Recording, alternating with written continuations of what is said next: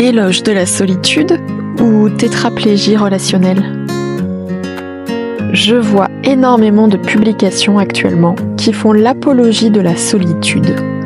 Il s'agit généralement de truismes, tels que « il vaut mieux être seul que mal entouré ». Et dans les commentaires sous ces posts, on peut mesurer à quel point beaucoup ont souffert relationnellement et se sont donc fermés à la relation par mesure de sécurité.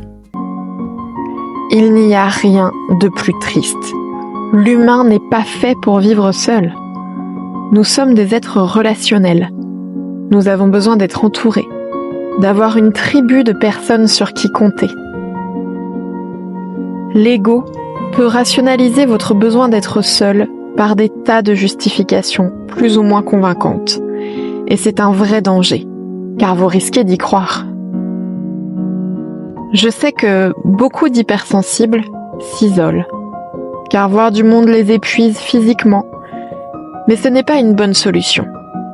Car plus on s'isole, plus on justifie son isolement, et plus il devient difficile d'en sortir. À force de vivre seul, on ne supporte plus aucun bruit, plus aucune odeur, et sous couvert de se respecter, on s'éteint un peu plus chaque jour, et on devient inadapté à la vie en groupe. C'est un véritable handicap. Dans la nature, l'homme seul ne survit pas.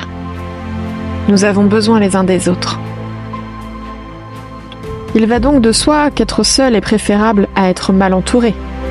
Mais bon sang, il est 10 000 fois préférable d'être bien entouré que seul.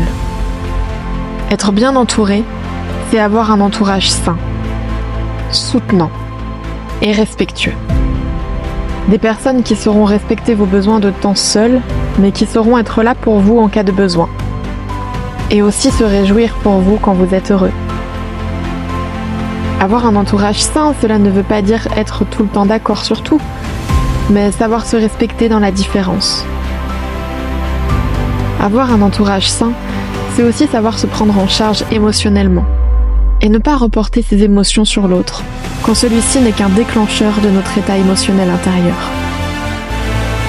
Souvent, je vois des personnes déclarer qu'elles ne sont pas dépendantes affectives, puisqu'elles sont célibataires depuis un moment.